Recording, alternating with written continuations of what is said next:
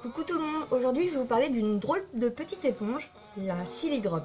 Cette éponge en silicone, oui, en silicone, dont tout le monde parle et fait fureur sur le net. Enfin, fait fureur, tout le monde en parle, mais avez-vous vu des avis sur cette chose? Si vous cherchez bien, moi, j'en ai deux. Ne vous ferait-elle pas penser à quelque chose? Bref, je vais m'arrêter là. Restons sérieux. En effet, ça peut faire penser à des rembourrages de soutifs. Mais c'est pas le but aujourd'hui. Quoique, je me demande si je vais pas m'en servir pour ça, vu que j'en ai deux. Étant donné que j'étais un peu idiote, j'ai commandé deux Silidrop et je m'en suis rendu compte quand elles sont arrivées. Donc je me suis dit, je vais en garder deux, compte tenu que cette éponge nous promet monts et merveilles niveau hygiène, en comparaison à la Beauty Blender. C'est sûr que niveau hygiène, c'est beaucoup mieux. Celle-là se lave simplement sous l'eau savonneuse. Enfin, voilà, on la rince, on l'essuie et on la range. Ça, c'est un peu plus compliqué. Hein. C'est comme une éponge, hein. Ça absorbe. Impossible de tout enlever le produit qu'on a mis dedans. Enfin, qu'on a étalé dessus et qui s'est fourré dedans. Alors franchement, à première vue, j'ai été hyper intriguée quand j'ai entendu parler de ça. J'en envoyé partout, je me demandais ce que c'était. Et j'ai donc décidé d'en commander une pour vous donner mon avis. Et aussi pour tester, parce que je suis une grande curieuse, même si je suis pas une grande beauty addict. Mais je voulais vraiment voir l'effet sur la peau. Et c'est pas désagréable. Et savoir si au niveau de l'utilisation, j'allais vraiment avoir ce gain de produit.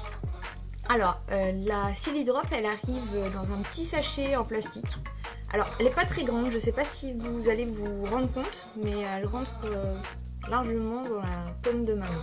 Voilà. Je ne sais pas si vous allez bien vous en rendre compte. Pas mal comme ça aussi. Donc elle est 100% hypoallergénique, c'est un des avantages principaux.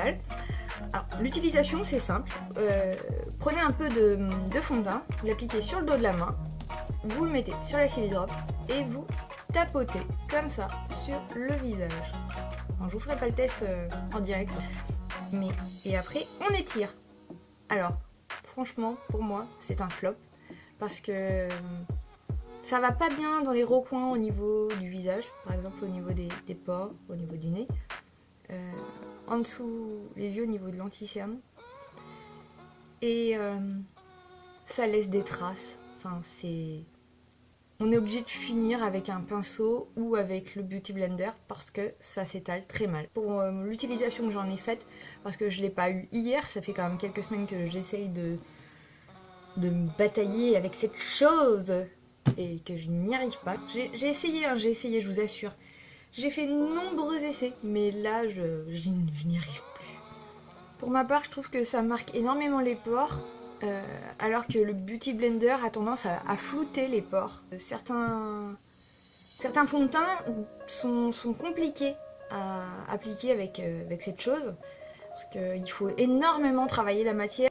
Et alors, on gagne peut-être du produit, mais on gagne pas de temps.